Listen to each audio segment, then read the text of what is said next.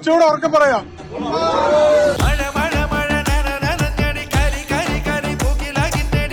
അബാമിന്റെ പടക്കാവാൻ ഒരു ചാൻസും ഇല്ല. എന്തായാലും മാമിനെ ഒന്ന് കാണണം.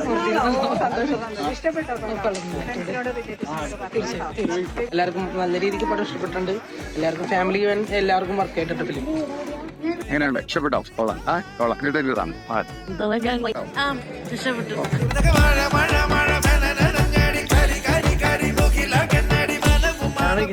പിന്നെ ഫാമിലിക്ക് ഒറ്റ പാട്ടാണ് ശരിക്കും പറഞ്ഞത്.